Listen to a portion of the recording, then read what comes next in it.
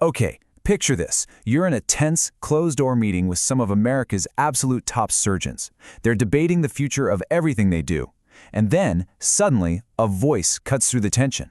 A voice from 100 years ago with a message they are just not ready to hear. And that's the opening line. Can you imagine? The speaker is the ghost of Dr. Ernest Amory Codman, a surgical firebrand from the early 1900s. And apparently he's been watching us, and he is not impressed. That accusation just hangs there in the room, challenging every bit of progress they thought they'd made. So Codman starts off, acknowledging all the incredible tools we have now. Things like NSQIP, this massive database for tracking surgical quality. He says he would have literally wept with joy to have something like it. But here's the thing. This praise, it's all a setup for one devastating question that gets right to the heart of the matter. And boom, there it is. That's his whole challenge in a nutshell. It's not about the fancy tools or the big data, it's about their purpose. He's basically accusing the entire modern medical world of losing the plot, of completely forgetting the real reason they started measuring patient outcomes in the first place. So what exactly did everyone forget? Well, Codman argues that the system has gotten incredibly good, almost brilliant, at tracking its own processes and, well, at not messing up. But in the race to avoid mistakes, it's completely lost sight of what the patient actually came there for. Just look at this. On one side, you have the language of the system, complications, readmissions, costs, RVUs, which are basically just productivity points for doctors. And on the other side, the language of a human being, real, personal goals. Codman's point is that we have become obsessed with that first column, and we almost completely ignore the second one. He's saying that by focusing so hard on things like complication rates, what medicine has really done is build a giant, expensive machine for tracking its own failures. And in the process, they've stopped asking the one question that really defines success. Did we actually help the patient get back to their life? Now, the surgeons in the room, they don't just take this lying down. They start pushing back. They argue that, hey, the world is way more complicated now. They say their hands are tied by all these external pressures that Codman, back in his day, never had to deal with. And they've got their list of reasons ready to go, right? All the government regulations, the contracts with insurance companies, the constant pressure to hit productivity targets, those RVUs again. They feel completely trapped by the economics of modern healthcare.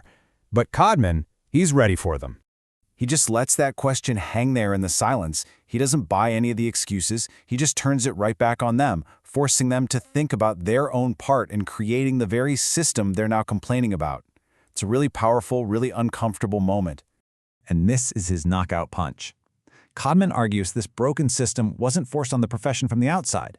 No, the profession surrendered to it. They accepted being measured by the wrong things, little by little, because it was just easier than fighting for the metrics that truly mattered. And this is where it gets so incredibly real for today. Codman connects this problem directly to the crisis of physician burnout. He's saying doctors aren't just tired from working long hours.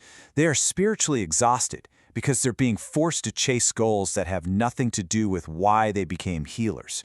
They've accepted somebody else's definition of success. But here's the thing. Codman isn't just there to criticize and tear everything down. He actually offers a path forward. It's a solution he came up with over 100 years ago in his own hospital. He calls it the end result idea, and he thinks it's the key to getting medicine back on the right track. The end result idea is actually super simple, but it's totally revolutionary. It's a system where you don't measure success by how technically perfect a surgery was. Instead, you measure success by asking one simple question. Did the patient achieve the personal goals they had when they came to you for help?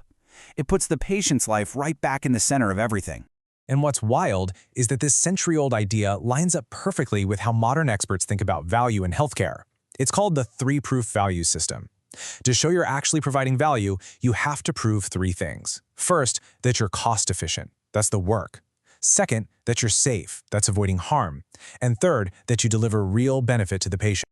And here we are again, right back at the core of the problem. Our current system is obsessed with the first two pillars. We measure the work and the harm endlessly, but that third pillar, proving actual patient benefit in a meaningful way, it's almost completely ignored. It is the giant missing piece of the value puzzle. So this brings us to Codman's big finale. He doesn't just leave them with a theory. He gives them a clear, actionable plan. 3 concrete things they could start doing tomorrow to fix this entire mess. He calls it Codman's mandate. Step 1, Immediately add patient goal tracking to that giant NSQIP database. Step 2, make goal tracking a mandatory requirement for any hospital that wants to be verified for a specialty program, like trauma or cancer care. And step 3, create a public registry so patients can actually see which surgeons are best at helping people achieve their goals. It's a bold plan, and it would change everything. The choice he leaves them with is incredibly stark. The profession can take these bold steps and reclaim its original purpose, or it can just keep going down the same path, measuring what the insurance companies and the hospital administrators want, instead of focusing on what patients actually need to live their lives. And in the end, it all comes down to this one powerful sentence. This is Codman's entire philosophy. The technical skill, the cost savings, the safety rules, all of that is hugely important, but it's all just process. The only thing that truly matters is the end result for the patient. And the question his ghost leaves us with is, after 100 years, are we finally going to start measuring it?